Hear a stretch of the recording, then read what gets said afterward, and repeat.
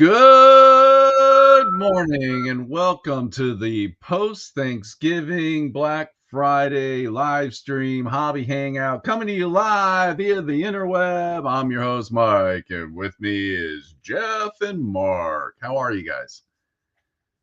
I'm okay. I'm surviving. I'm doing Peachy Keen. Peachy King. I love it. Yeah. Did you gentlemen have a wonderful festive celebration with family and friends for Thanksgiving? I did. It was good.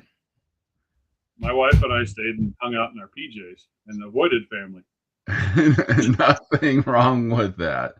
My wife and I hung out at home also, and we streamed. So we're getting ready for Stranger Things season 5.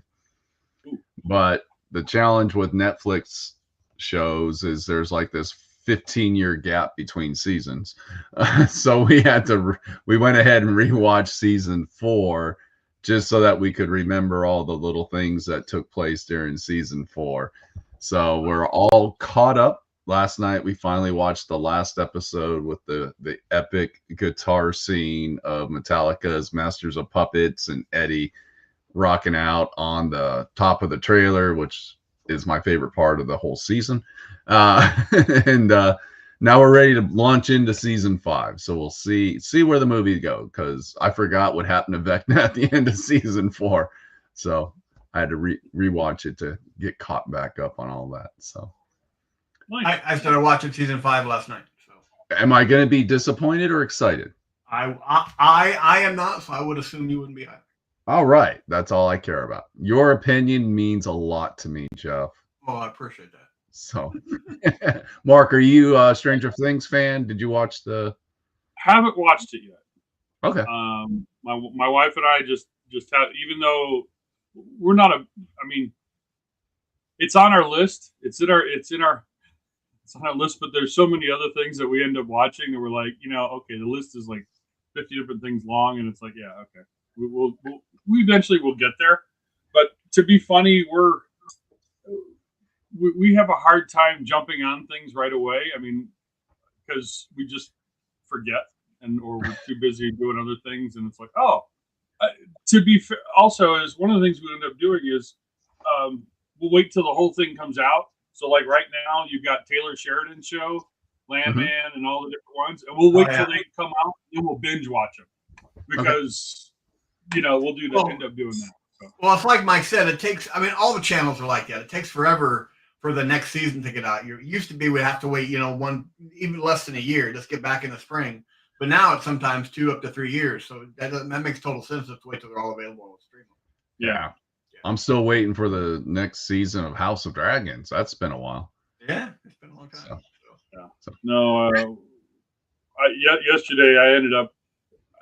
I've been jumping on I was falling behind on my tank build, so I ended up sitting down here at the bench and played season 1, season 2, last half of Book of Boba Fett of Mandalorian. So very cool. I got season 3 to go, and I'm like, yeah, okay. Good season. That kind of I did the same thing, but I started at 3 a.m. So. Jeff is a little tired. I'm a lot tired. I'm on edge, and I don't mean to be, but I'm just tired. But I will give you full respect because you work in the retail world, where this is your busy season, so you're working hard and you're putting in that extra effort. Well, I appreciate that. I'm dealing with something I've always dealt with my entire life: problems of my own making. The fact that not only, work was work this week, but I also have commission work that I have to get done. So any painting time, I'm trying to throw into that. So I just have I have created too many things for me to do. I do pretty. But yeah, this week was quite busy. But I've also got, if I'm going to paint, I work on my commission stuff every day, and usually by the time I'm done with that, it's 10, 11 o'clock at night after working a full day, and I start at maybe 6:37. That's one of the reasons why I've been invited to join Mark and his guys on their build Zoom call. I just don't, because I'm usually sitting here working on commission work, and I'm just focused on that. But yeah, I felt really bad after, because I had my grandson did Thanksgiving, and that was a long, great time with the family. I had a really good time. And then when I got home, I painted, and then my grandson was with me all day yesterday, which was cool. I got painting done yesterday because he and I were just playing video games and just having fun. And hanging out with a 10-year-old all day can exhaust you. Good morning, David. David joined us. And since we're talking about retail, David was over at Andy's Hobby headquarters yesterday, working hard behind the register, selling product. And I feel grateful that David got to sell me my Christmas present. So yesterday, Jason and I, you like how I transition? I like how you shut me up. I'm going to remember that next time you go down one of those dark black holes of yours. I'm just going to shut the door on you. I just slam it shut. Sorry, did you want to continue? No, not at all. Let's just keep moving. Anyways, I'm having to control myself here because it's like, okay, Mr. Snark over there, and well, that's me. But Mr. Grumpy over there. So yes, I'm being grumpy today. Forewarned is forearmed, they say. So Jason and I went over to Andy's Hobby headquarters in celebration of Black Friday, and the shop. It was. I'm not going to say it was crowded, but there were people coming and going and coming and going. So it was kind of cool to see people over. Good morning, Joe. It was good to see people popping in and buying some stuff. And I found my Christmas present. And I ended up picking up my first perfect grade Gundam. Ooh. I got the full Psycho Unicorn model. Just show us the kit. Oh, no, I can't. I brought it home and Andy took it from me. You didn't even take a picture? No, because it was like I was out and about and put it in the back of the car, came home, and Andy was like, "Oh, you bought your Christmas present. Thank you." I don't get it till Christmas.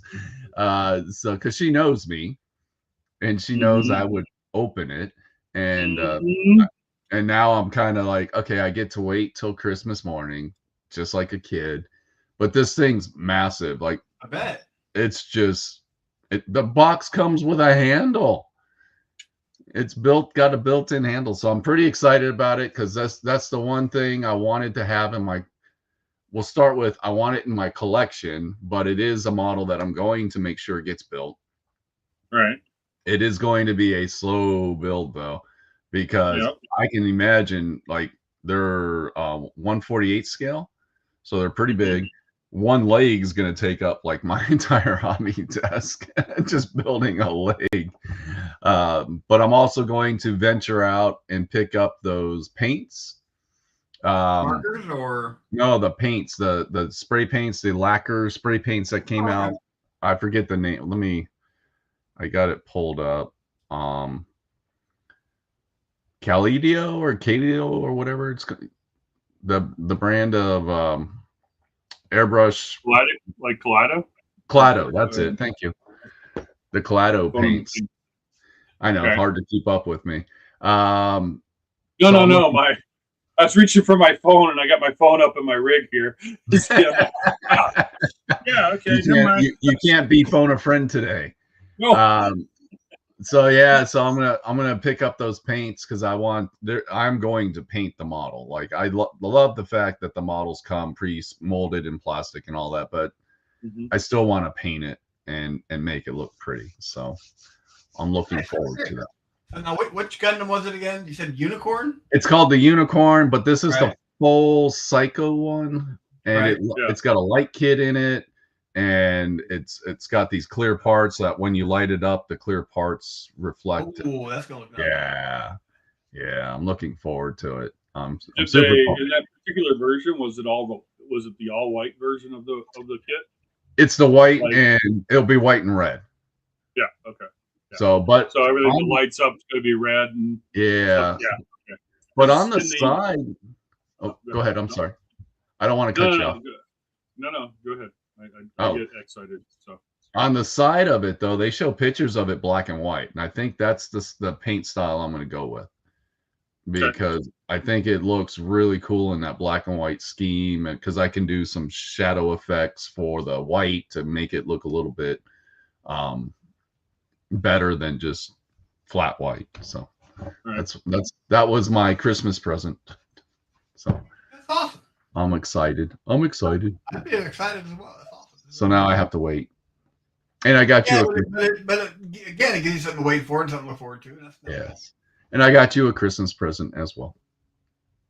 well, But Mark, I'm not gonna what's that?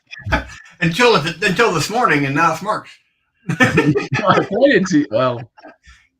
It doesn't matter. Sure.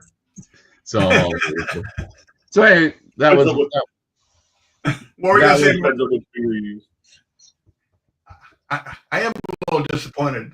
What? I warned Mark that I'm grumpy, thinking it's not going to do any good, and now it just seems awkward. I can see him biting his tongue over and over again. It's okay, Jeff. It I'm shouldn't gonna be. open up You can just let me have it. I'm going to test our 30-year friendship, okay? I see. Here's how bad it is. I can't even remember if I explained to everybody why I'm grumpy. Did I? You're no, because your co-host cut you off. I know I explained to you two. I just didn't know if I explained. I did not get anything done, so I got up at 3 this morning to get some work done on my Thanksgiving project because I'd fallen behind, and I knew that you guys would have some really good work done. And I was like, okay, I'm gonna get it. I'm just tired. That's all. And Mark brought bagels. Thank you. I enjoyed bagels. Woo-hoo. I'll have an internet bagel. Yeah, Jamie's like, you better eat something. Don't get snarky. Too snarky. Wow. Maybe she was being a little psychic, predicting the future, but it was my snarkiness and grumpiness she was picking up. You're always snarky. Doesn't matter what you do or what you eat. Let me catch up on the comments here real fast. There are levels of additional levels of snark. Looks like Kim ordered Joe one of the Lucent lights for Christmas. Very cool. I love my Lucent light. It's Game Envy, yeah. Yes, those are very nice. David, I think it's a 148 scale. I don't think it's 160th. I think it's bigger than that, but I'll have to double check the box. I thought they were 148 that perfect. Well, the difference is though, the regular kits are like a much different scale because they're actually these gigantic robots in real life. So it may not be. Well, 148s would be huge. Yeah. Well, perfect. That's the whole idea behind perfect, right? Yeah, it is. It is. So, get you with that money. Then David talked about the paints, the Coledio paints, and I'll probably pick up the big set with everything. Right. Just because that's how I roll. Sure. And then Victor worked ambulance shift. Oh, well, some first responders had to work yesterday, so we got to be thankful for that. Thank you for your service. Much respect. Absolutely. Yes, because when family gets together, things go sideways quick. Yeah. Everybody's got an uncle. That was my family motto. Crazy. But outside of that, it's just been a real relaxing Thanksgiving weekend and nothing. Today, I just plan to work on model stuff. Yay! That's the highlight of my day. Well, that's gonna make a good day, though, right? I think it's gonna make a great day, personally. But I do have to do some Christmas stuff today. We got some blow up things that we put outside our back window. That way we can actually see them, and I got to put those up. But that's like 10 minutes worth of work, so no big deal. Yeah. Well, the only thing I plan this weekend is I may go see the new Predator film. I heard it's good. Tomorrow matinee. Yeah, I'm thinking about seeing that. So. But yeah. So, what have you been up to, Mark? How was your Thanksgiving? Thanksgiving was good. Like I said, so this is the first time Jamie's a director of nursing for a company, and this is a relatively new job for her. A new company. Excuse me. So this was actually the first time in about 5 years that we've actually had Thanksgiving off together. The whole weekend. So she'd get Thanksgiving Day off, and cook, and we do everything like that. But this year we've got all 4 days to enjoy it and relax and stuff like that. And so yeah, and that's what we're gonna do. And yesterday she hung up. She did her little Christmas village and some decorations.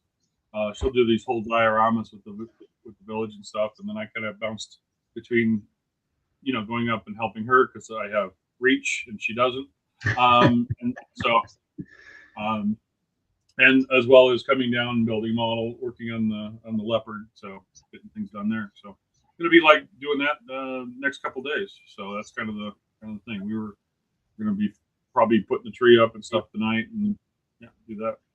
So, I was all ready to give Jeff some zingers, but no, I throw them over here. And by saying that, he actually is, because he knows how bad it's making me feel. Suffer.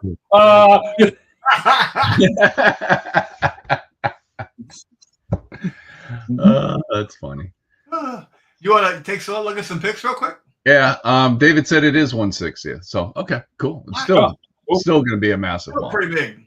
Well, Yeah, the normal ones really are 1/44th. So.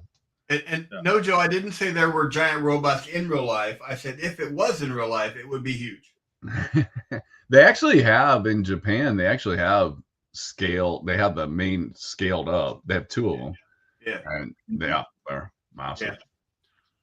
And I guess it's kind of like they kind of like they have like a time where they actually move and do certain things at certain time, kind of like going to an amusement park, and they actually do stuff. And it looks great on video. I don't think I want to travel over there to see it, but it looks great on video. Surprisingly, so I was actually in 17 and 18 and 19 before COVID, I was going back and forth to Japan and Korea for work, and we had an office in Yokohama, which is where that the first one was at that they had that did the animatronic. They were constructing it, and I never actually got to see it finished. So it wasn't far. It was a nice little 20-minute ride or whatever from the hotel I was staying at. So I was like, oh, okay. And, good reason to go back though. It is. Yeah. Victor says it is at Thanksgiving his family fights over politics with topics such as if Horus was right or if Thanos snap was needed. but both are hardy debates to have. Absolutely. Yes. All right, yeah, let's jump into some photos. I'm going to go through the Discord pictures because that won't take long. Okay, and I did get to see David's Thanksgiving project in person yesterday, which was impressive. What is David's Thanksgiving project? The resin kit that he's one he showed. I don't have any new pictures of it. That's why I was kind of shocked. I was hoping you saw it. But he's got it all magnetized and it's looking amazing. It's going to be fantastic when it's done. All right. Jeff's got to press buttons now. I got to remember what buttons to press. Well, we know what buttons to press. The big shiny one. But yeah, here's where Don's at on what he was working on. Love his flame effect. Oh, yeah, I like that. That's actually making, a little bit. It's actually making that model come to life now because the color's starting to come out more. Well, I'm liking the highlights that he did to bring that bronze up a bit. I'm really liking how that whole thing's working, and it's got the the verdigris and all that on it. I'm really liking the way it's looking. Yeah, I think once that it looks like he pushed that purple up a little bit more too. Yeah, he did bring it up a bit, and I think it looks really good. I really do. Yeah, loving it. Yep. And then we got some stuff from Tim. Yeah, he got some old world stuff. Oh no, I think these are the Viking models. Yeah. I know he bought a box of old world stuff. Yeah, these look more historical. Yeah. Yep. They're not they don't look GW-ish. No. That's pretty much all of our Discord stuff. All right. Not counting the Thanksgiving stuff. All right. You want me to switch over? Sure. And unfortunately, here's why David Hummel could not participate in Thanksgiving. Yeah, I saw this. Yep, I had to put this in because he was going to do Thanksgiving, and which he does apparently does quite a bit. But his flooding in his basement has put a kibosh on any of that work, and he's just got to go through a lot. I can only see the. Well, okay, I'm only still seeing the other figures. Yeah, I'm not seeing the. I thought I could just switch over. I think you got to do a whole nother set. Yeah, I got to go back and do it all over again. It's all right. You did it once, so you're really ready to do it again. There we go. So what? That's the problem. I have to look at my second screen. I don't watch this one, so I didn't even notice it didn't switch down here. So, thank you. What caused the flooding, though? I don't know. He didn't stay in it, and I haven't spoken to him. But yeah, a lot of flooding in his basement, and if you keep your hobby in that kind of an area, it gets bad. Yeah, I don't know. Like we don't have basements in Arizona, so I don't know if it's like hot water heaters down there and that caused it, or if he had a line burst because of the cold weather. Could be. I'm assuming it's his basement. But yeah, it looks bad. That's a lot of damage down there. So hopefully nothing of value was destroyed in that. No, that's true. I hope it all works out in the long run. But that's why he doing. And then we got Joe's house for Thanksgiving. He's doing terrain giving, I guess. Yeah, very cool.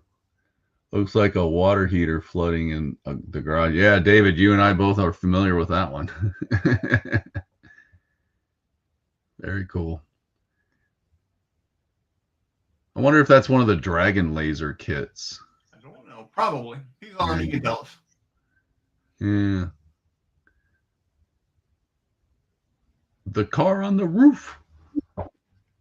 Sorry, local commercial. And I'm real excited to see this. I mean, look at all. I mean, it's just amazing. All the accessories and everything else. Really ramping that up.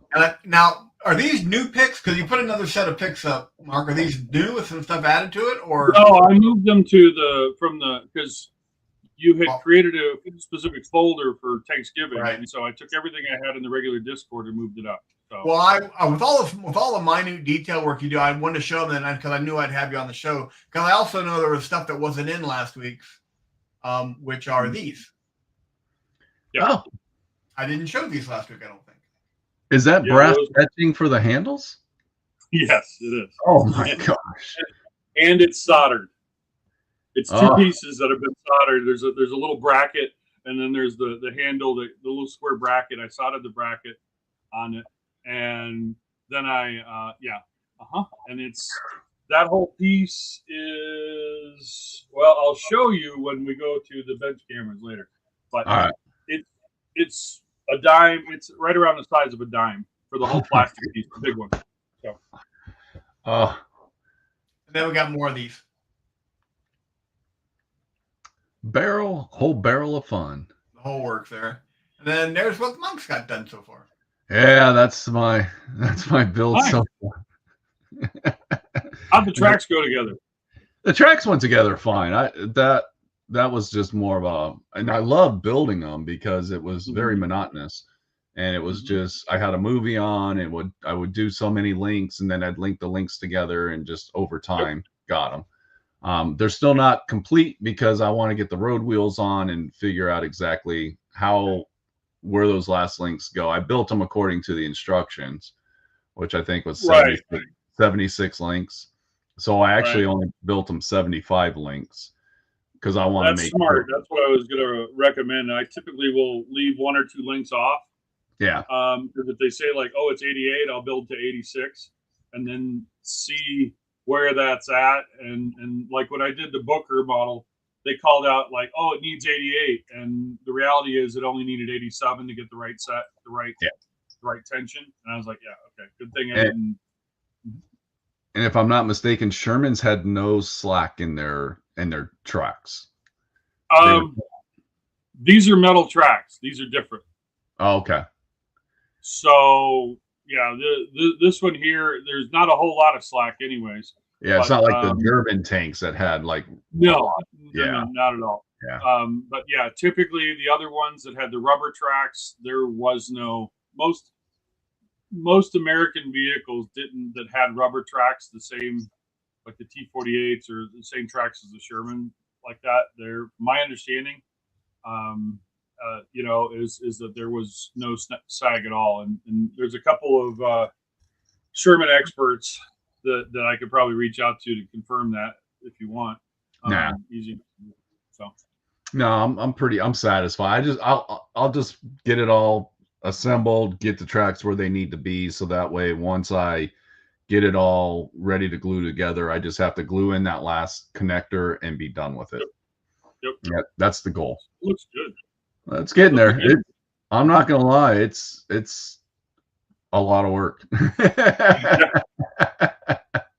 It's not like cobbling together a GW kit or no. Or one of those old Battlefront resin kits or something like that. Yeah. Well, and when I went into it, because it's a larger model, I pretty much thought, oh, this should be a little bit easier to build because I don't have all the fiddly bits. Boy, was I wrong.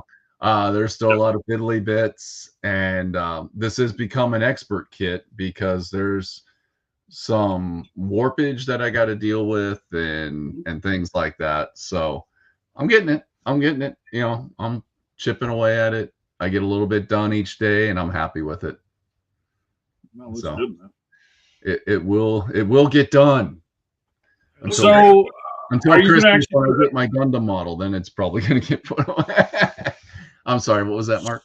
No. So are you actually going to put it on a base like a with terrain and stuff like that, as far as like gravel or whatever to set the scene? No. This is going to be just the tank on like a shelf. It's going to be a shelf tank. It's sitting next to his elf. It's going to sit right next. The barrel will be pointed at the elf. No, this is just going to be. I'm not gonna. I don't have a lot of space to put big displays up. Sure. Because my whole house is taken over by Legos from my wife's collection. So yeah, I'm the same. I have the Star Wars ones. Jamie's got the Harry Potter ones, and she's also got the plants, the orchids and stuff like that up in the, and the beautiful thing is we found a poinsettia that she can't kill. Well, that's a plus. Her words, not mine. So putting on a big display is just challenging, and this is something I want to have on a shelf to show off because it is impressive. You can see the hex heads and you can see so much detail, but just like everything, we'll see how it ends up. It ends up in a place where I'm really happy with it. I might be allowed to put it in the living room. Yeah, and this is the early version. The later version, it's on sale at Andy's for $9.99, $99.99. So much good. So after we got done with the show last week, I was like, I asked, is Andy having and then I popped on YouTube and there's Andy's video. He's wearing a Christmas hat and he went over everything he had on sale. And I was like, oh my, that's a lot. But because I bought that Gundam model, I got all the free sanding sticks because I reached that threshold. And so that probably saved me. I don't know how much those sanding sticks sell for. I think like $12-13 a pack. So I saved a little bit of money. That's my justification. All right. No, I would have thought you got one for the perfect grade at Millennium Falcon. You get a lot for the perfect. No, I was not going to pick up the Millennium Falcon. I mean, he shaved $100 off the cost. I mean, I told Jamie, I'm like, look. She's like, how much? So this is what Jeff's been working on. Yes, this is what I did this morning. So I just went through and put some highlights, just the first layer of highlights on to give it that little bit edge. I got one more layer of airbrushing to do on the very edges, and then just do the edge highlighting. Whoop, wrong way. Come on. I don't know why my computer's not working today. It's definitely not me. Yeah, technology. No, it's me. So I've gotten the edge highlighting done on all of that. Just to give it a little bit of variation there. What is the black on the doors?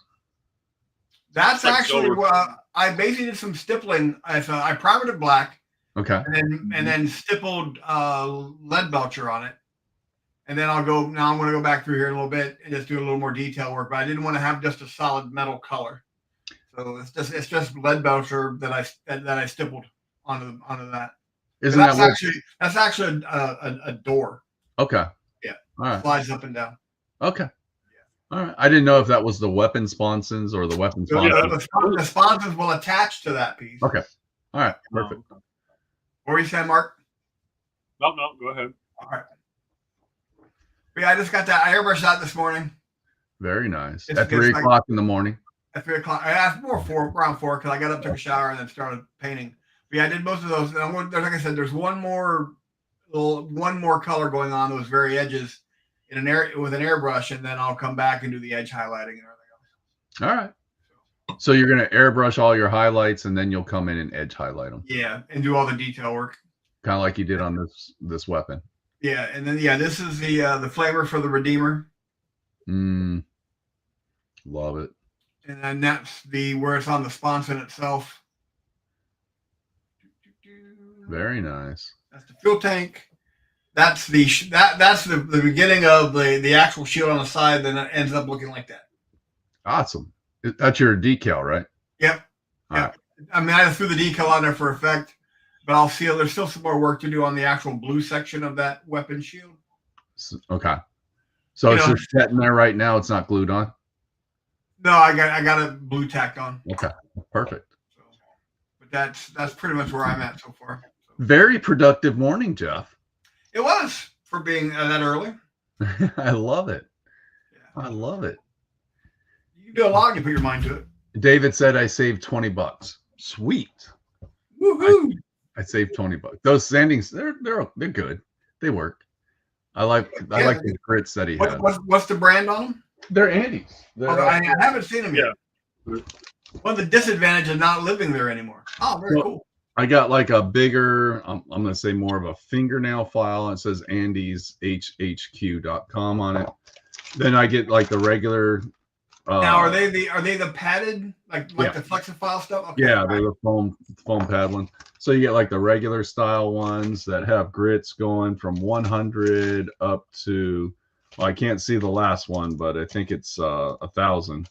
Right. And then also some littler ones with like a thick piece up here, then going into like a small sanding stick. That'd be awesome. These are actually really good. These go from 100 to I think it's 4,000. So they're just good little sanding sticks, and I didn't pay for them. So yeah. And I've been using forever the Flexifile stuff. I didn't realize Andy had his own. Andy's got so many things I have no idea about since I'm not there anymore. Yeah. Andy's been cranking away, kind of getting his own little brand of stuff put together. Good for him. Which is awesome. Which I think is just awesome. Good for him. So very good stuff. Very good stuff. Well, cool. Looks like everybody kind of chipped away a little bit. Like I said, I got to see David.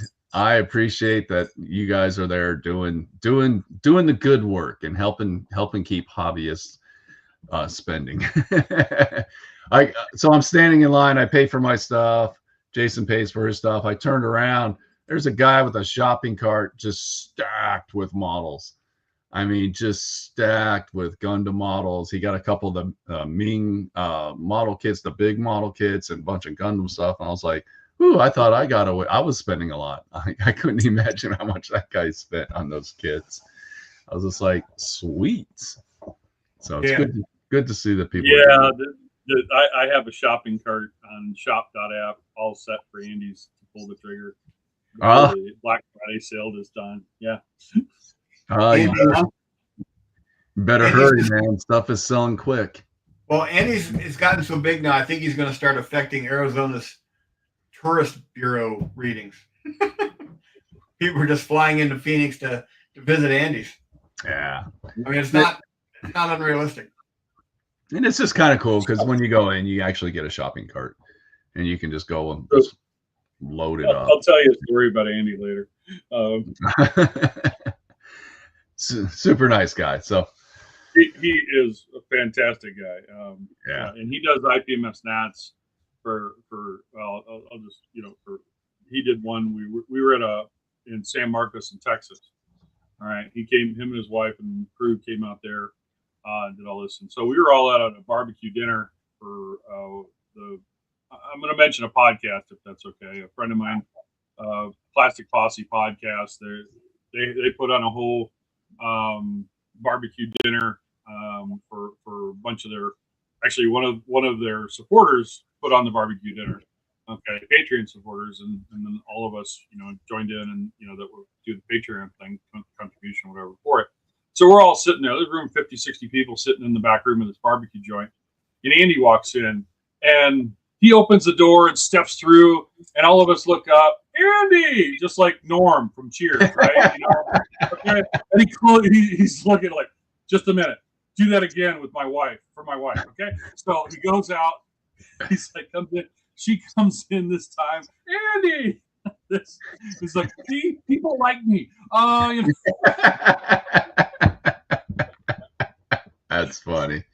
It was hilarious, But he's really a nice guy. I mean, we met him at Vegas. Jamie and I met him at Vegas the first time at in 21, and we saw him again this year, just in Virginia and stuff. And he actually took Jamie around, and that's where she ended up getting the Dune ornithopter for me from Ming. Sweet. The 72nd scale kit and a bunch of other things and stuff. He hooked her up. So, but she used the wrong credit card. So I'm in the class, and all of a sudden it's like, Andy's ding. I'm getting a notification from the credit card. Like, well, that ain't me, but I'm like, okay, all right, great, okay. All right. Wife got a hold of my credit card, and she's buying me stuff. Oh, yeah. Oh, no, you got it. Yeah. David Hummel, how are you, buddy? Mr. Hummel, how you doing, sir? How's everything going at the home front, buddy? Yeah. Inquiring minds want to know. All right, you guys ready to switch over?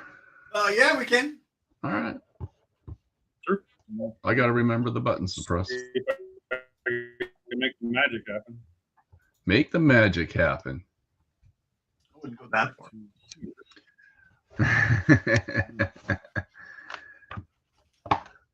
So much stuff left to build. Okay. I will say, putting in the, I don't know exactly what the technical term for the exhaust ports. I guess they're just the vents to blow the exhaust out. That was fun to exhaust put in. mufflers, yeah. Yeah, that was fun to put in. Yeah. Did you get the warpage correct? What's that? Did you get the warpage on that one piece corrected?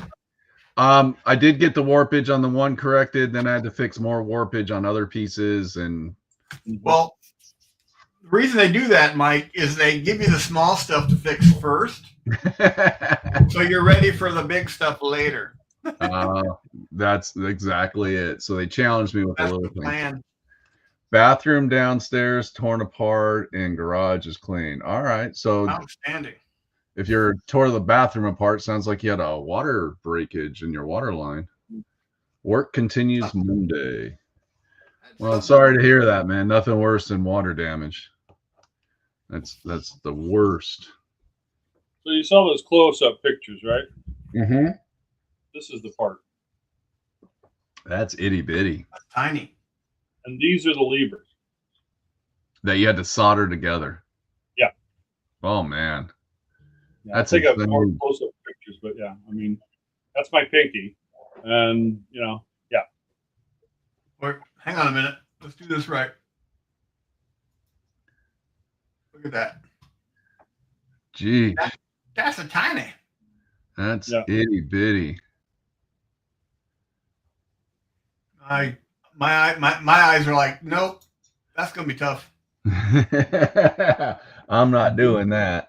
David says his main drain line backed up. Wow.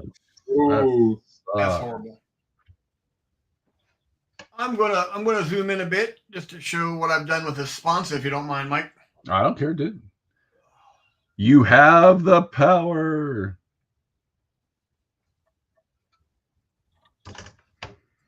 Do you want to take full screen, buddy? I muted my mic by accident. Oh, I thought you just weren't talking. No, that wasn't it. you can't, even if I mute my, even if I stop talking, I'm going to grunt and growl. So yeah, this is the sponson how it's going to look when it's actually mounted onto the side. That's just getting up. Turning around. That's just normal, Jeff. I don't know why I like putting caution stripes in weird places. It Space makes wolf. things look good. Yeah, that's part of what I got done, and then on this here, I'll be going back through with just a lighter airbrush on these very edges, and then do some edge highlighting and start doing the detail work. I will say, Jeff, based on your shadowing on that, I think your Corsair is going to look amazing. Yeah, I've been spending a lot of time going through pictures on other sites and on other channels, and it's going to be fun. The cockpit's going to be, I mean, the cockpit by itself, a lot of detail work. I'm hoping that when I actually get into it, I can actually do some of the work on the show. Very cool. David wrote, main drain backed up into the garage and to Downstairs infiltrate downside bathroom. Ugh. Yeah, dude, that's just bad. Yeah. Is it a septic tank or is it city plumbing? Like city, because septic tanks are always a challenge. Minimal damage to items in the garage. Not recommended way to clean out your garage. Yeah. Yeah, after my hot water heater in my garage broke, I went out and bought shelves and picked everything up off the ground and put it all on shelves so I wouldn't have to worry about that in the future. That is not fun. Where am I at? Okay.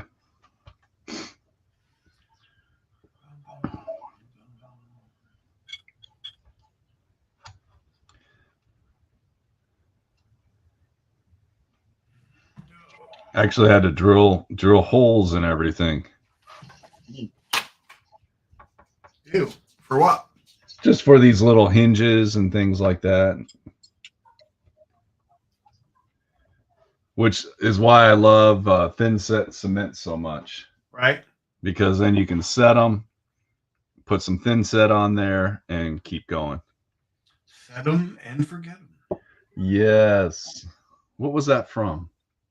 I have no idea. It's one of those old infomercials. Yeah. I can't remember now. Set them and forget them. It's I think like for a crock pot or something like that. Something weird. Something like that, yeah. Funny how we remember commercials so well. Yeah. It's kind of the point, I think. So is the only project you're working on right now the leopard, Mark, or you got a couple projects going on? No, that's pretty much it for right now. My goal is to basically have the leopard ready and like completed by the end For a of show the coming up, or no, it's no, there's no show. There's no immediate show for it. The next show I'll be attending is March April timeframe. right? But what I wanted is that because of the end of the year, I set myself a goal this year that that I was like, well, I really want to do been doing other projects and stuff, and I have a few things that haven't been finished from last year and stuff like that. That kind of did a couple of group builds and stuff, and I'm like, well, let me get this in. That way it's done, and then I can plan out my projects for next year. Kind of see what I could do. I've been trying to get, to be fair, I've been trying to get published and, do a couple articles and stuff like that. But so far, nothing's happened. We'll see. Yeah, I'm sure you'll get there, bud. A friend of mine told me, he's like, well, if they're asking for the article, asking you to write it, he goes, odds are it's going to get published because it just may not be, next month or in the next couple of months. I'm like, yeah, the way they do that, they're gonna be looking for stuff, for future editions. Yeah, exactly. And I'm like, having, I know in from some magazine affiliations and stuff like that I've had in the past, not necessarily for models, but where usually if they're taking an article today, odds are it's going to be 3 or 4 months before, for printing and stuff like that. It's going to take some time. Yeah, absolutely. David stated that he is connected to city sewer and he had some roots in it. So the trees he tore out last year, the root balls must have penetrated through his. That's hard work, man. Those roots will destroy just about everything. Yeah, that's kind of things you learn while in mid-Missouri, son. I got to enjoy back for all week and then proof gone. Yeah. Yeah.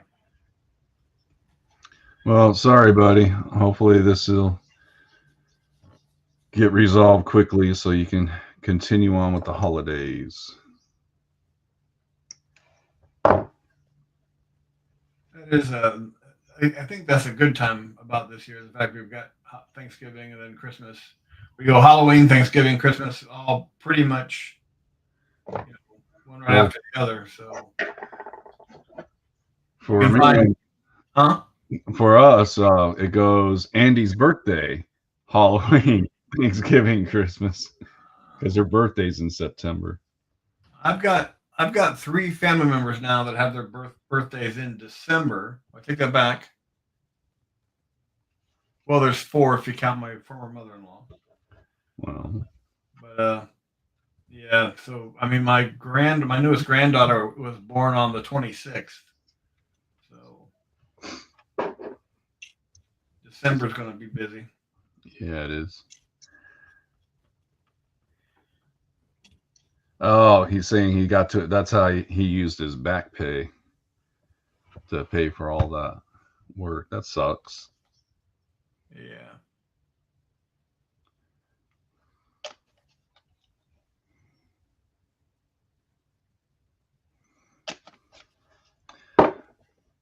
So many little parts.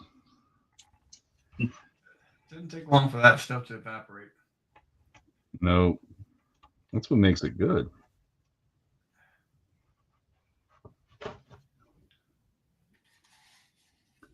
Never built on camera before, so I keep having to. It's hard to keep your stuff in focus. That's why that's why I put this down to give me some frame of reference, so I'm not constantly staring at my screen and make sure my hands are in the. And even then, I fail miserably. So a while back, after you guys had me on the show last time, or a couple months ago, I went and bought this little armature thing that's kind of like a desk lamp, but it holds my cell phone for a camera, so I can do this impromptu thing. The kicker is that it's right at the height where my visor is now hitting the thing, shaking it, and so I'm like, really? So it's like really, I'm got the part about a foot out here because it's got this ring light around it, and I'm like, yeah, okay, I'll have to figure something else out differently, but down the road. But for simple, doing it just like for this right now, I'll have to. According to David, he got a Saturnine, got my Saturnine set in, and Jake from Alpha Omega up in Mass, guy who we all know, Jake, was able to. Usually shows up at the end of the show. Usually, right when we get ready to sign off, was able to hold a Crux Termi box that is supposed to arrive today. That's awesome. Awesome. I have a crap ton of car parts arriving over the next 4 days. Is that to get all your stuff ready for inspection? For the Outlander? Yeah. Yep. So luckily I sold the Explorer, as I think I told you guys last week. The Exploder? The Exploder. But which gave me the money to buy the parts for the Outlander. So that's awesome. So something bright and shiny came out of that mess. Yes. But and also in my travels and digging around in my closet, I came across a kit I thought I'd lost. Oh, that's always a plus. I thought somehow between here and Arizona I misplaced it, But I come across my Ravel monogram Babylon 5 Star Fury. Oh, Awesome. nice. Yeah, I was like, yes, I thought I lost you. Are you going to work on that? Eventually, yes. I'm just excited that I found it. Yeah. The new version of Warhammer Quest goes up for pre-order today. Cool. Gonna be Ash from Gorilla Miniatures has some plays of it on his channel. I'm gonna watch after the show while I'm building. See if it's something I want to venture into or not.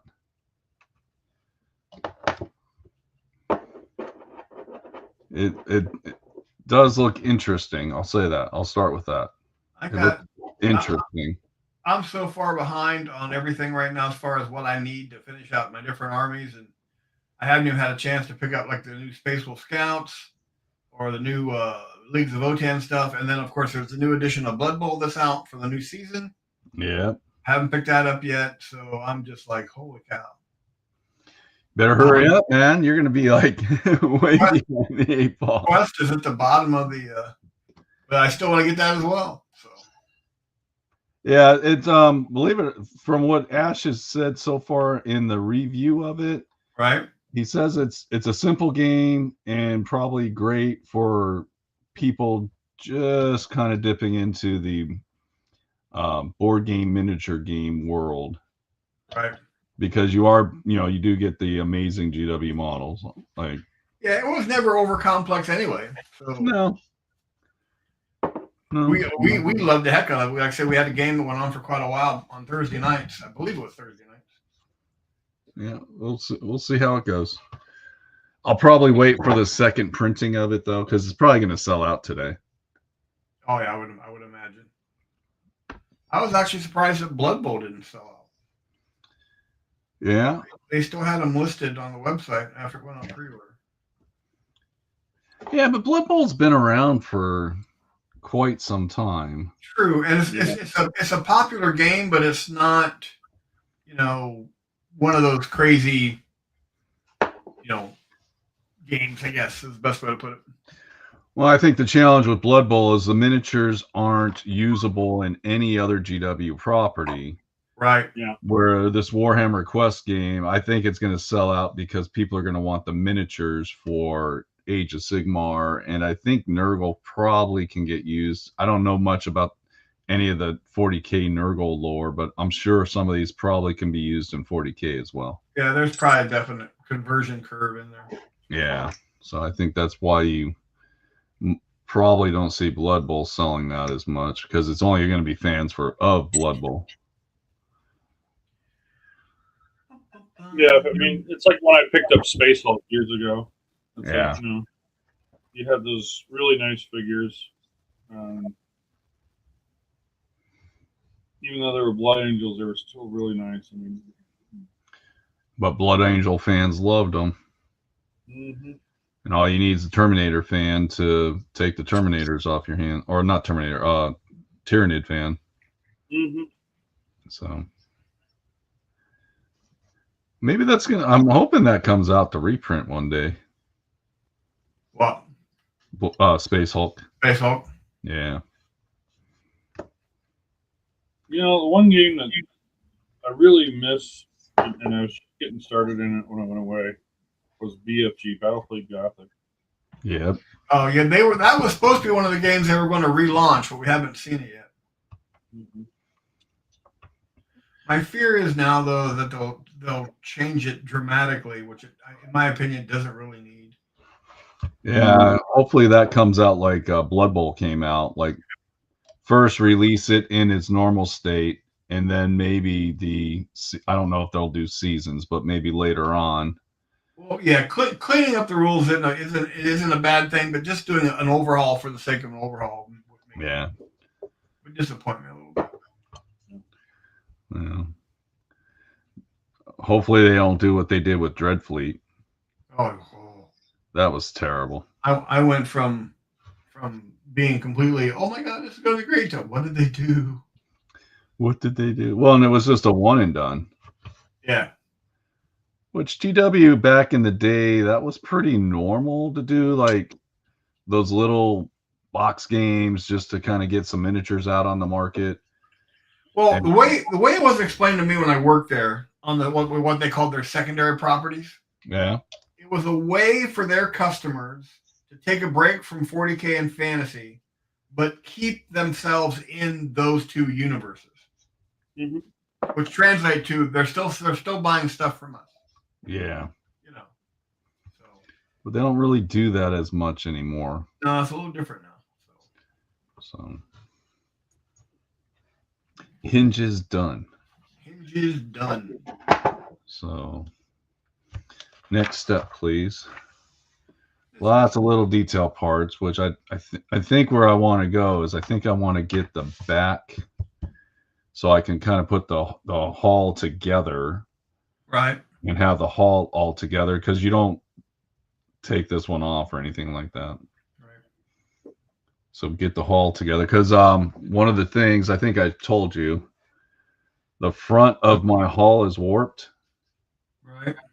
And I did heat it up. It's a lot better than it was, but I think I want to get it all glued together and then heat it up, push it down, and glue it at the same time to fix that warp in it. I can just imagine how hot that mold had to be to cast that hull.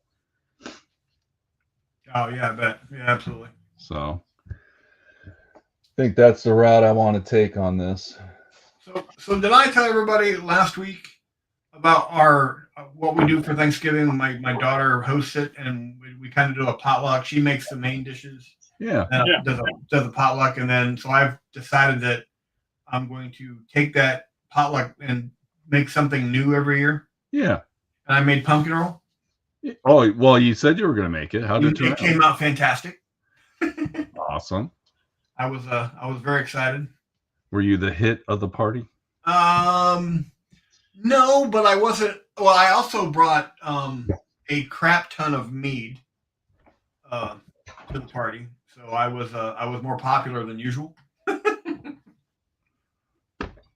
All right. I have a friend of mine that works for a meadery up in Reading, Pennsylvania.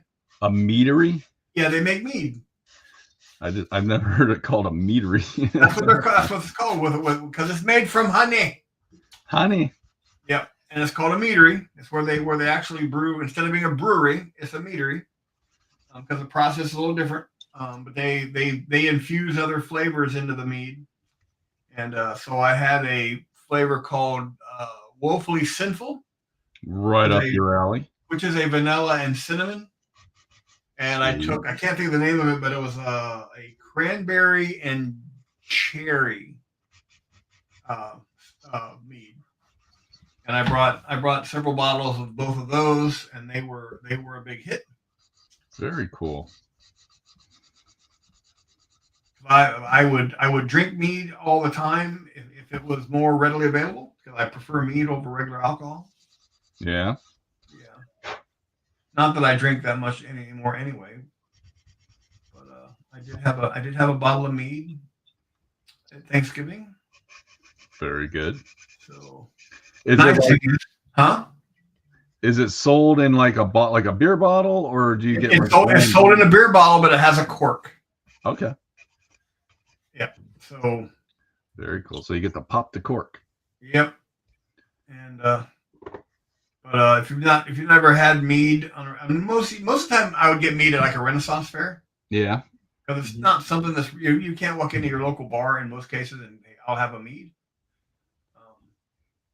But it's just got a different flavor to it. Okay. So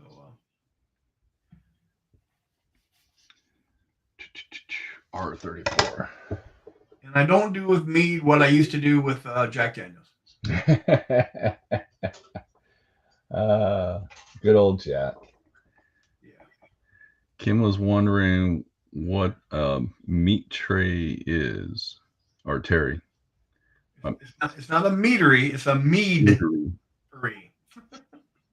MEAD. Yep. Meadery. Just got that weird accent. You gotta have to. I do have that accent. You have to have Or the. or none of you old guys can hear properly. It's one or the other. I I'm think it's gonna a go with combination of both. I'm gonna go with the old guys can't hear properly. I'm gonna go with a little bit of A, a little bit of B. Just saying. 34. Mead and Coke, aka Jack and Coke. Uh, I drank a lot of Jack in my day, and I never bothered with the Coke part. so you're one of the guys that walked up and went, "I'll have a Jack and Coke without the Coke." Yeah, or I just say, give me Jack neat. Give me some Jack.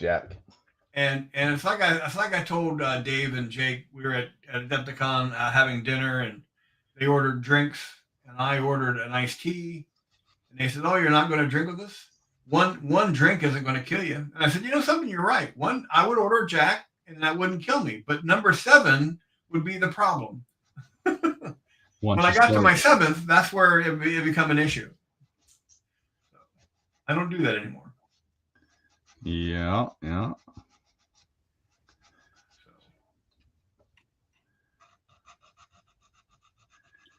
Good morning, Raymond. How are you, buddy? Good morning, Raymond.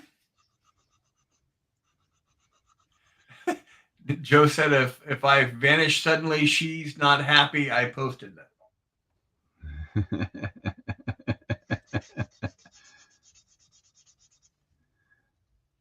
Well, I could have said something witty like a meadery is where they make Slim Jims. Snap into a Slim Jim. All right. What am I? That would be Mark's favorite form of meat.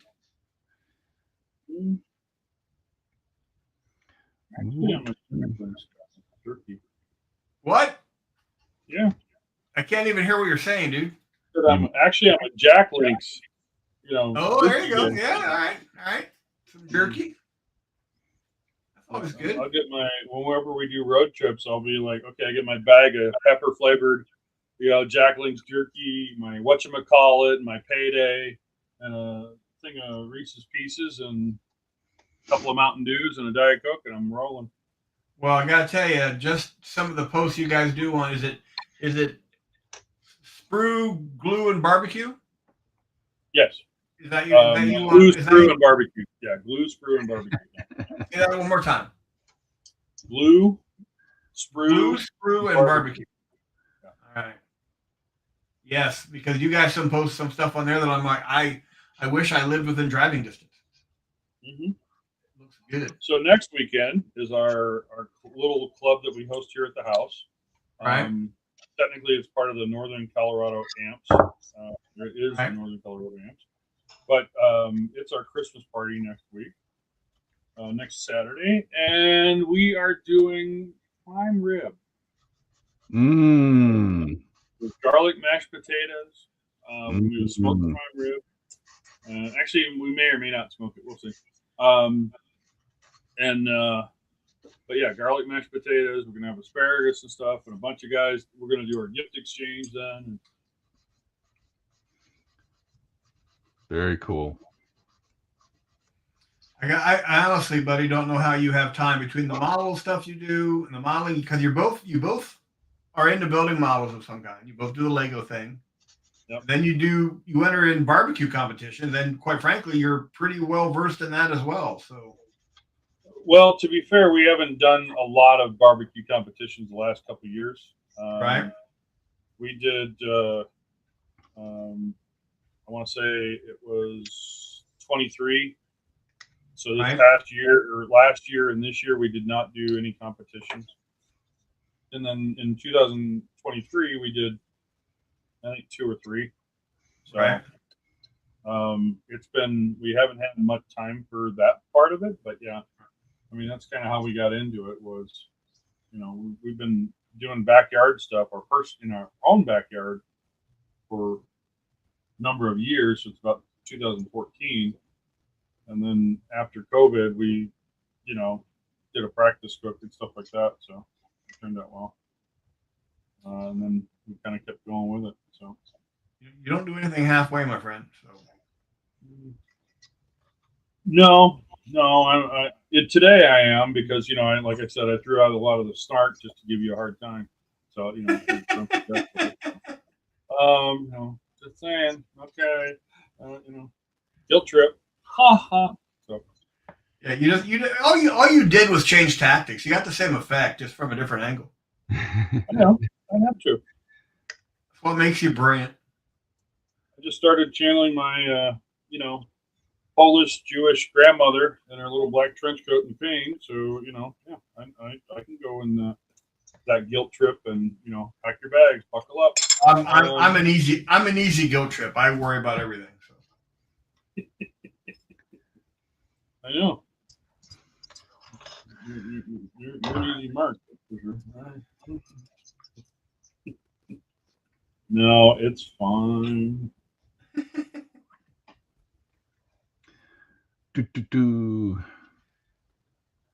I had an interesting conversation the other day.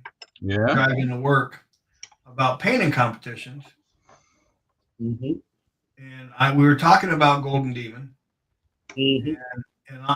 And my first Golden Demon I ever mentioned or ever entered was in my first year at GW. That Games Day. All right. That would have been Games Day '98.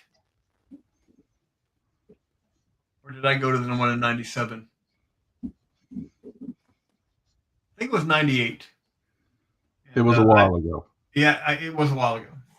But the difference was it was one of the things one of the biggest differences in that game in how Golden Demon used to be. Most of the entries in Golden Demon were models that guys that played the game painted. Mm-hmm. I mean, and so it was very likely that the model you were looking at was also going to be in that guy's army later on in some other. They weren't Bobby Wong's. It wasn't the Bobby Wong days. Yeah, now there are guys that literally go, "This is my Golden Demon project for next year." Yep. And 80 to 90% of their work for that year goes into that one model. Yeah. Mm-hmm. So, not saying that's a bad thing. It's just how things have changed. So. No, I know a few people. The competitions have become like that because I've got friends that do scale model challenge over in Europe every year. Okay, and so for SMC, so for SMC, they'll do, it's like, I'll do a model for amps or something like that or IPMS Nationals. Well, we do it purpose built for that show. And it may be something that we're going to do, and you're going to focus on that one piece. Like you said, it's purpose built for that competition. Right. Some you may know that, okay, well, I'm going to do, because sometimes certain judging styles, okay, come into play versus 1, 2, 3 versus gold, silver, bronze. If it's gold, silver, bronze, it might be a little bit different than what I'm going to do, say, for IPMS Nationals, which is 1, 2, 3. So we'll see how it plays out. Is what it is. But there's guys that's all they'll do. They'll just pick the show and rock and roll, and then they'll do the one piece. Just to catch on the comments, Victor says some drinking advice: get Crown Royal just to have the dice bag that come with it. Yeah. All right. And quite frankly, Crown Royal's not bad. No. And then David says he misses Games Days. I do too, buddy. I miss Games Days. They were very cool. I'm kind of glad I had the pleasure to work quite a few of them. Yeah, you drafted me in one. I got the staff T-shirt still. Yeah. It was a lot of fun. Yeah. Hard work, but fun. Worth it. So worth it. Still cracks me up like, you're going to run a table. What? Here, put this on. Here, put this on. Have a good time. M18. That's why. Fun.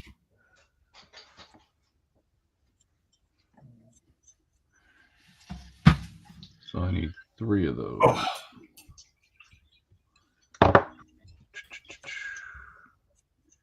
I think my favorite game today was when I had to help Nigel, who wrote the Bretonian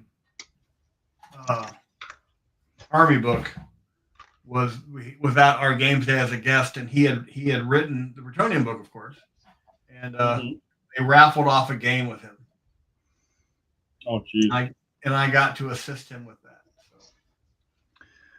Is that the one where your army got crushed by a forklift? Twice. Yeah. Got crushed, and then it got knocked off a forklift, and got backed over by a forklift. That was a total Austin Power move.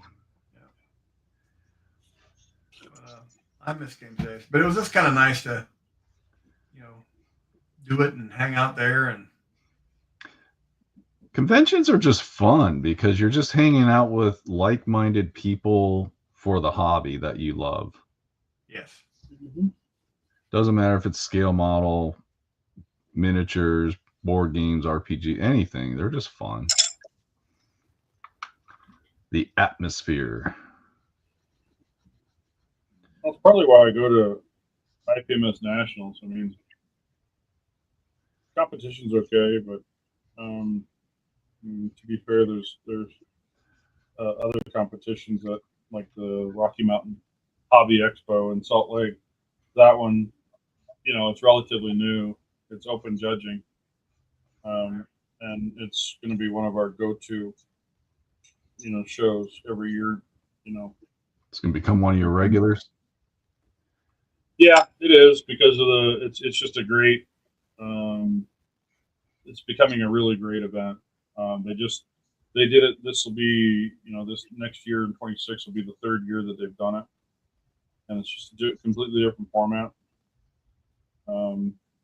You see, like, I'll take all my models and I'll put them up on the table, and you set up. Here's your name. It says, like, okay, let's say Mark Bradley with a nameplate. These are all of Mark Bradley's models right here. Okay, there's no walking over to this category or that category or whatever.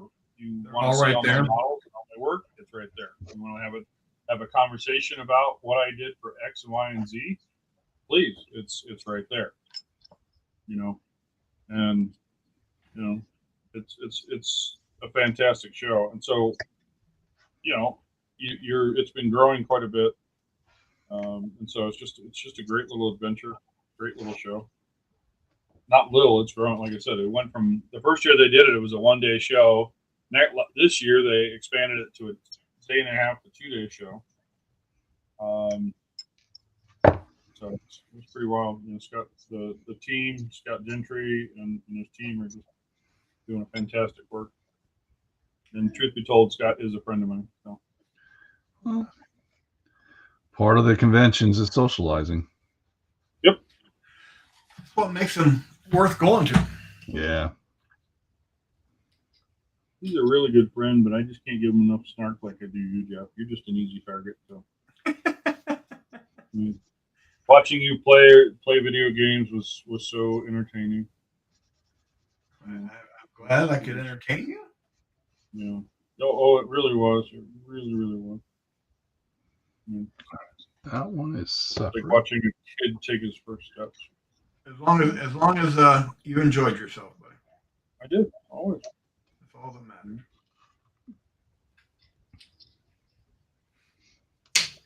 Always did. I don't know what I'm building, but I'm building it. I don't know what this is,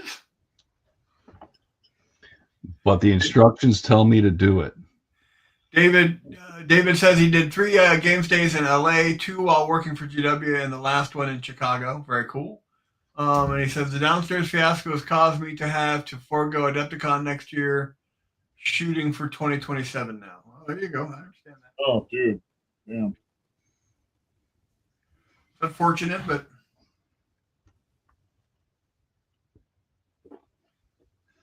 I remember when Adepticon was just getting started.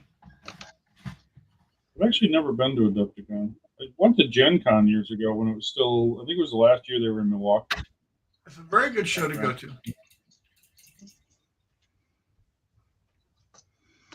Gen Con is way different than Adepticon. Yeah. Absolutely. Gen Con has done a little bit like what Comic Con has done. In the fact that it's become a lot more commercial. More pop culture. And it's just massive.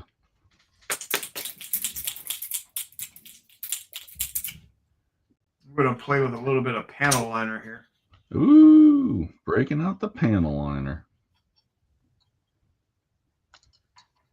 I try not to overuse panel liner if I can avoid it, but in this particular case, I think it'll work.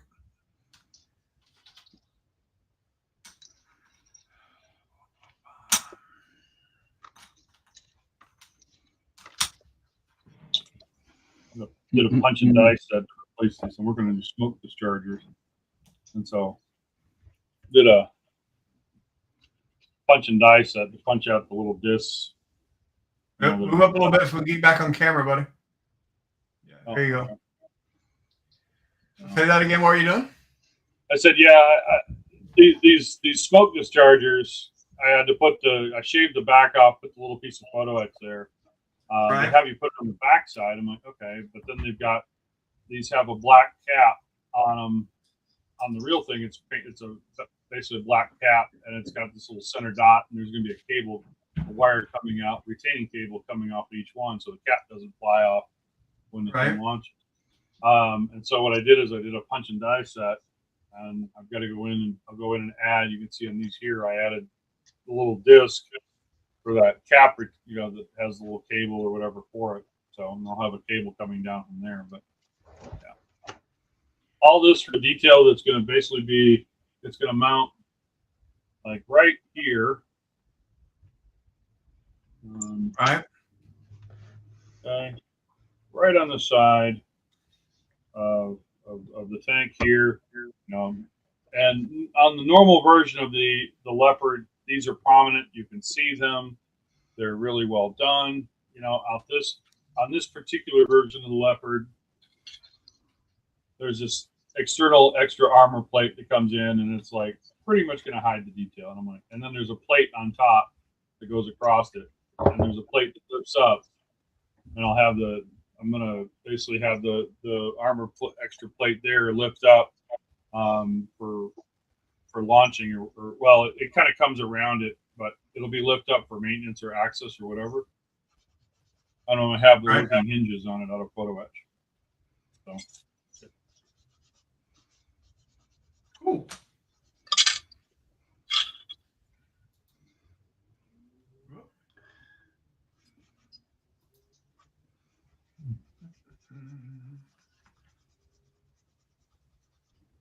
But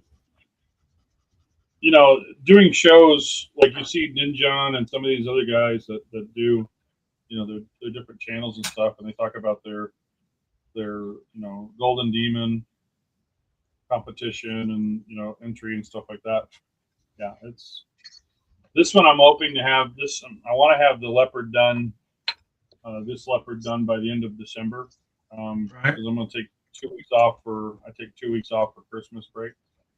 And so that's my goal, is to get it done, because once after the first of the year and stuff, work gets a little hectic again. And then we've got a competition in March or April time. Yeah, typically around there. Usually, I think it's April again this year. All right. This piece has been tricky. Yeah, what you doing? I'm building some rail guard for the back. It's got these 3 tubes in it, and one of them is just a different size than the rest, so you got to make sure you get that one in the right spot and set it in place, and just stuff. Just building stuff. Just building stuff. I'm assuming the one that's larger, because a pin comes out, is to hold something, and you got to have it in the right spot. Right. But I got it. Woo! Well, the next big thing on the horizon for What's New with Mike and Jeff is our Speed Stick Challenge. Yeah, baby. So in January, Mike and I are going to take and go old school. Take a couple old speed stick deodorant containers and build something like a land speeder. Yeah, just Something. Oh, the old GW. Oh, okay. Yep. We're going to go to that throwback. And then I'm hoping after that we can revisit our morning cereal show. yeah. Maybe we'll have to do the morning cereal show to kick off summer. There you go. That'll work. Because that's kind of when most of us ate cereal the most. Yeah. I didn't eat a big breakfast before I went to school. It was always Saturday mornings in front of the going into summer in front of the TV watching cartoons. And you were home all summer, so Yeah, absolutely. Cereal became kind of our lifeblood.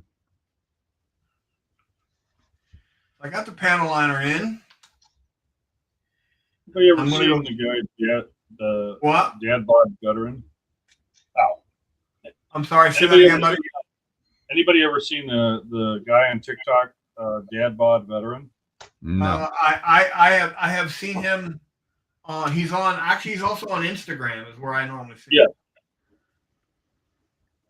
Yeah. He'll talk. He'll do these stories like the times before about us being latchkey kids and stuff like that, and growing up in the '70s and you know Gen Xers and stuff.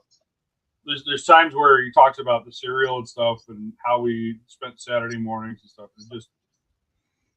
It just cracks me up. The guys. We got on that kick one day in the show talking about cereal. We decided to have a Saturday morning cereal show, and Mike and I went out and got our favorite Saturday morning cereal, and actually had cereal on the show. And Fruity Pebbles. Oh, everybody did. Everybody kind of shouted out their favorite. Everyone's got different favorites. David is retooling his hobby area later this week. Well, good luck with that, sir. That's actually a daunting project, but it's also fun when you actually get it done. And why have I gone away? Well, you blacked out. Oh, we lost Jeff. Hang on a minute. I think my camera went dead, even though it's plugged into a charger. Do you got the handy cam? Yep. Yeah. I wonder if maybe your your capture card. You're back on base. Could have gone back. I've switched over. So yeah, it's weird. I'm going to check here real quick. The love of streaming.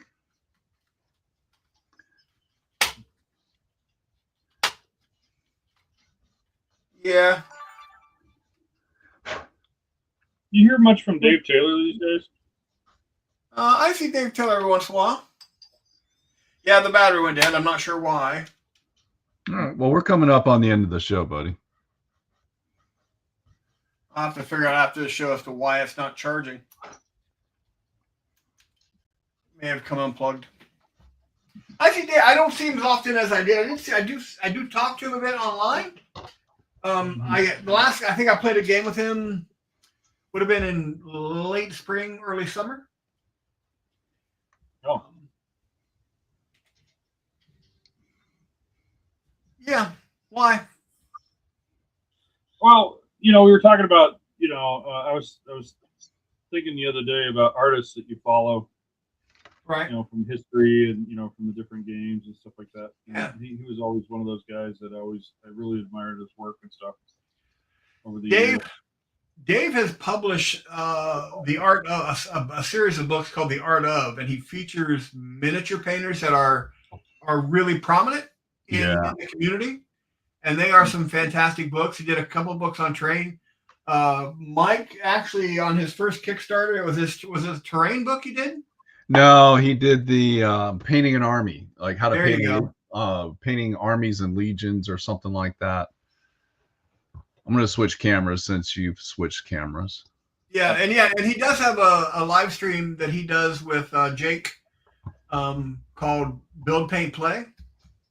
It's on YouTube. You can also they have a Facebook page and they have a community on Facebook. It's actually a pretty good show. He brings a lot of people in the gaming industry in. Yeah. Talk about different stuff. Right now, it's a good show. It's good. I normally am watching every Tuesday. I'm just painting. So I'm horrible at typing in a chat, so I don't get involved in the chat too often. But it's a good show, informative. Dave's a good guy. Jake's a good guy. It's a good show. I highly recommend it. They've been on our show once. I think Dave's been on once. I think Jake's been on a couple of times. Yeah. So, I guest hosted once for Jake, and then they came to their senses and never asked me again. Well, it was a really weird dynamic. On this show, you're getting me as I actually am, which is a good and bad. And I'm not nervous at all. I just say what's on my mind and go from there. But it's true. I was massively nervous on doing this because it was Dave. Yeah. And Dave is somebody I have a lot of respect for. He's one of my inspirations on my painting, and has taught me a lot just in the couple conversations that we've had. So, he's a good guy. Gotta know. He's probably painted 3 armies since we've had this conversation. Yeah, he's a very fast painter. Massively fast. Very impressive how fast he is. I honestly wish I was half as fast as him as far as painting. Right now, Trench Crusade, I think, is occupying a lot of his time.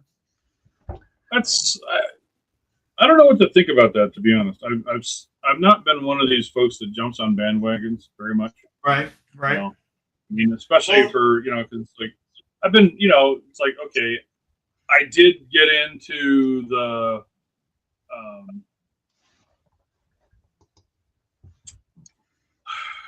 oh, jeez. You're showing your age, bud. Yeah, I know. The Kador. Welcome to the club. Privateer Press Game. War Machine. Thank you. That one. I got in when it came out. I did. There was it was been out for version 1 or whatever, and I jumped on that. Had a lot of fun. I got some figures that I've converted and stuff like that for it, and I really liked the Kador because I did the whole Russian vibe to it, and I dug out 4BO paint for, instead of like the Warjacks and all the red and stuff, I painted actually my Warjacks like T-34 tanks. Did the 4BO green and stuff and did all that. Had a blast with them. But that's about one of the few times that I jumped on a bandwagon in the gaming and did that. And then, the game store here kind of stopped playing it because we all pivoted over to GW and played 4K. Right. Well, if you want to know about Trench Crusade, the rules are free. You can download the PDF for free. That'll give you an idea of the rules system, which is actually a pretty good system. Because they start off being miniature agnostic. And I think that they still are. That hasn't changed. But they just launched their own line of miniatures as well.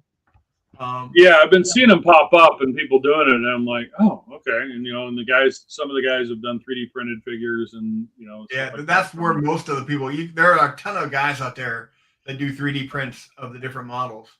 But the nice thing is, if you want to know about the game and what it's like, what the genre is like, you can download the rules and you can also you can buy a book, but you can actually just download them if you want them to see what it's like. I mean, that's what I did. I've kind of put it at the back burner because, like I said, I haven't come up with my mainstream stuff yet. But I probably will eventually venture into Trench Crusade a little bit. Oh, David's saying the plan is to have Trench Crusades at Andy's. Oh, yeah. Cool. That's fascinating. And then you could use some War Machine models in Trench Crusades because it's miniature agnostic. You can actually probably figure anything out. I think the big thing though is it really lends itself to 3D printing. Yeah. Well, I think that was their initial plan, was to be supported through 3D printing, but then the success hit, and I think that's what's like, well, we've got all this money, why don't we just start making miniatures? And the genre is pretty much dramatically different from anything else that's out there. Very bizarre. The only other drawback, I'm not a big fan of grimdark. Right.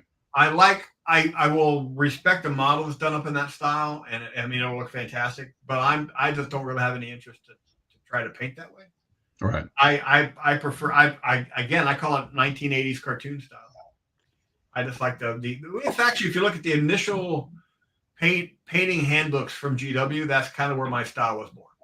Between White Dwarf and some other painting guides, that's kind of where the bright, fantastic, over the top colors.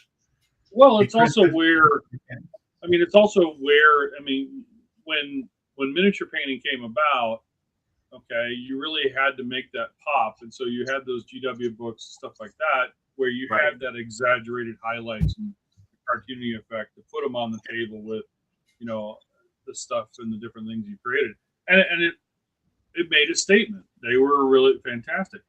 When Forge World came out with that grim dark, and I think it was Phil Stanlapa. Yeah, sorry, that Phil. guy. That guy. Yeah, you know, I mean, when he started doing, he took the techniques and stuff that we had from scale modeling. You know, when he started doing the Forge World tanks and things like that, he started doing hairspray chipping and stuff. A lot of those techniques.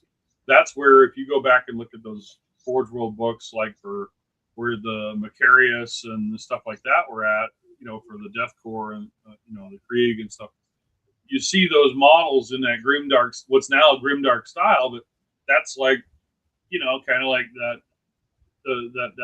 early stages of taking scale models into, you know, 40K and that type of universe, because before everything was that high contrast, you know, look. It evolved from, and it's funny is that the grimdark, it almost reminds me of dipping. Oh yeah. You know, Yeah, it's definitely the guys. that yeah. You know, it's like, you know, when they did all the, look, I've got 800 Skaven models that I need to get, you know, whatever, and it's like, yeah, okay, you're gonna dip the hell out of them, and yeah, so Looks like Victor just posted a link for Something for Trench Crusade. Trench Crusade. Yeah. It looks like it's a war band though. It's the Persian Dosh Trump Trooper.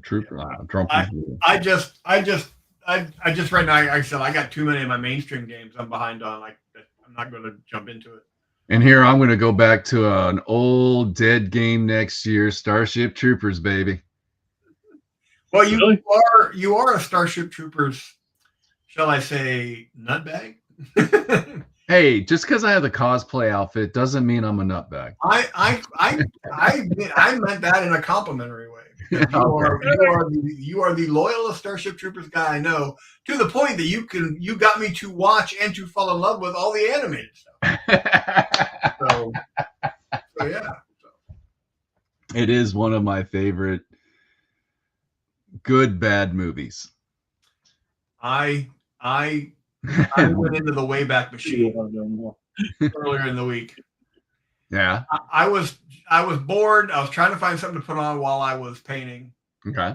And I jump on Prime, which has got some of the most eclectic collection of movies ever.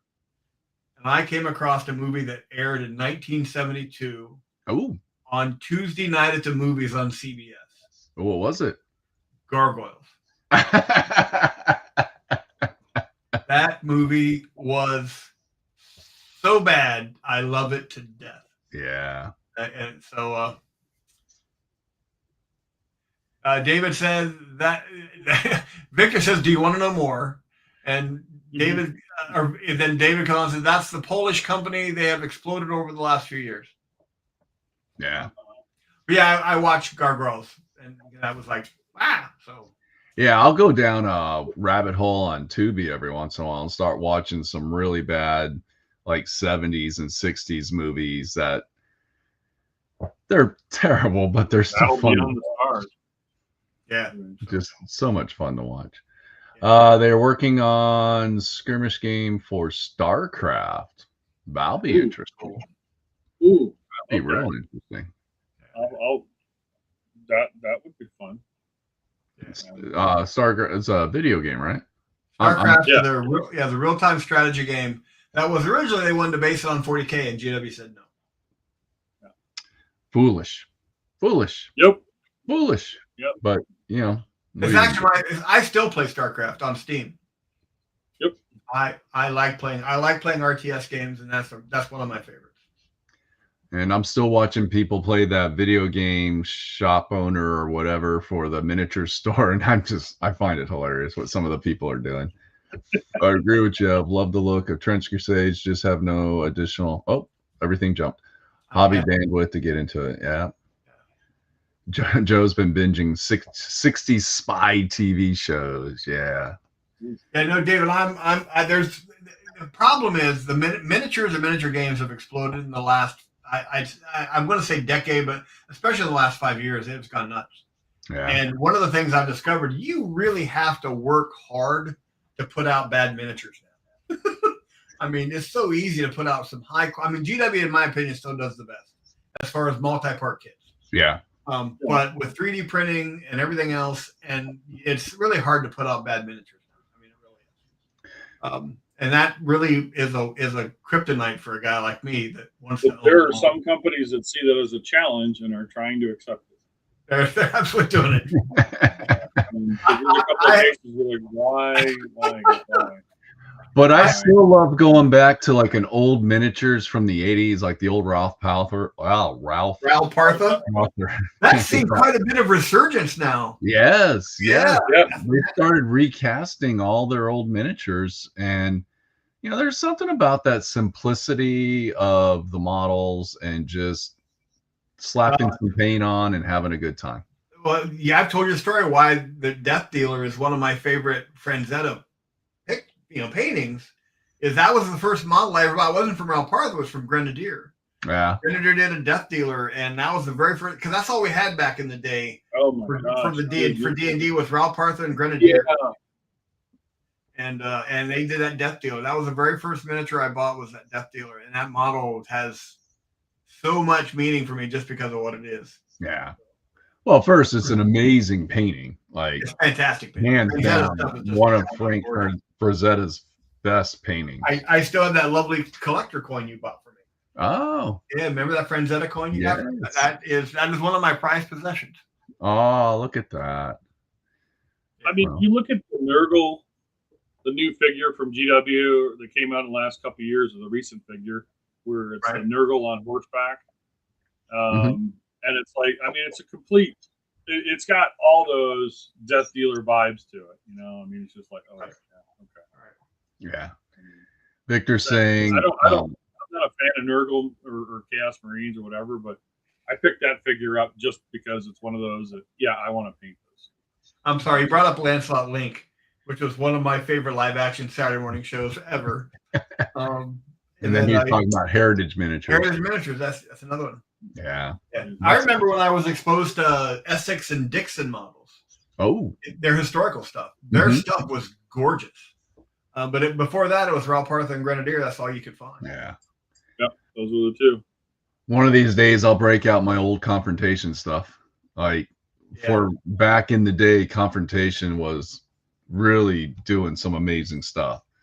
But today's standards, it's pretty basic. But back then it was like, oh my God, these models are amazing. Yeah. And I bought a bunch of them. And then I was like, I'm not, I was just starting out back then. And I was like, I'm going to wait on these a little bit. Because my first major painting project, besides, I did a lot of the vinyl and resin kits, most of the superheroes and the monster kits, and from Lunar Models. But my first metal miniature actual project I wanted to complete was when Ralph Partha launched their Dragon of the Month Club. Yeah. And every month you got a new dragon with had a little plinth with a gem on it. That was, of course, not knowing any better, was using Tester's enamel paint. With the old plastic I didn't go that far. I did not use that lovely brush. I love the orange. I love the orange paint. You know, the orange palette. So good stuff. Good stuff. All right, gentlemen. Oh, what was this? Back when we're talking dinosaurs random. Okay. Yeah. Back we had to mix our own paints. You had to grind the pigment. Yeah, red was a hard color to get. Yeah. Well, back like when D&D came out, one of Gygax's things was going to the toy section and buying dinosaurs and buying that random stuff and writing adventures around it. So, because you didn't have the miniatures back then like we do today. So there was a shop when back in 90, we had moved back up to Michigan and stuff, and so we're in the area. There was a shop. I always thought it was Michigan Toy Soldier, but that's not the case. It was actually a couple of years before, because Toy Soldier didn't come about until a couple of years later. But it was in Royal Oak, Michigan, same town where Michigan's at, Toy Soldier's at. And the guy it was old school shop. The guy had all the Ralph Partha, all the white metal figures all over the place. Everything. You walk in, you could sift through the bins for the stuff that he's like, yeah, whatever. And then you had the really nice, like the Ralph Partha dragons and stuff. He had them behind the counter or behind a glass case or a plexiglass. Like, here's this, and you're like, ooh, yeah, okay. I found a stash. Uh-oh. We were doing some work. I found a stash of some of these old Ralph Partha figures that I had, and I'm like, wow. I mean, including the ones from Larry Elmore's figures. Oh yeah. The where he did the different artwork and stuff came out for the ladies and stuff that he had for the different characters and stuff. I was like, wow, okay, crap, I can't, just dug out some of those, and that shop just, going back to those days or whatever. I mean, I saw that and I was like, damn, I just tried to find it when we went back there on one of the trips, and turns out it had folded shortly after, shortly in the mid 90s or something like that, or late 90s. But yeah, it was, yeah, I always thought it was Toy Soldier years later, and it was like, no, it was somebody else. Same town, but just different part of town. I'm like, oh. We've started a new segment, Mike, called Back When I Was a Kid. Back in my day, get off my rocks. Back in my day. All right, gentlemen. Yeah, we all suffer from that. We're going to bounce on out of here. Everybody have a wonderful weekend with your family and just hanging out. Work on your tank models. Work on your tank. We're going to do another tank where we ended up for the end of Thanksgiving next week. Sure. Why not? I still want to finish up. Again, my goal is to get the tub and the hull glued together and have that part done. Right. So that's the majority of it, because everything else is just a lot of detail stuff. It's all the little bits and bobs and things like that. So, and then I got to start working on the turret. I don't know how far I'm going to get, but I do know I'm not getting up at 3:00 in the morning to work on it anymore. But we appreciated Tired Jeff. I didn't. I got a shower this morning, so I had enough snark for you. But then, put that over here. And quite frankly, I didn't notice. I thought you were quite stark. Well, I didn't have the CPAP. I didn't have the CPAP cowlick. So yeah. There you go. Well, now that we're coming to an end, Jeff needs to go take a nappy with his binky, and he's going to curl up. At my age, I don't have to plan it; it just happens. So Jeff's going to go take a nap so that he can wake up and stay up late working on his model. There you go. All right, everybody. We're going to bounce out of here. Thanks for joining us. Everybody have a great weekend, and we'll be back next weekend to wrap up Thanksgiving. See ya. Bye, everybody. See you later. Go blue.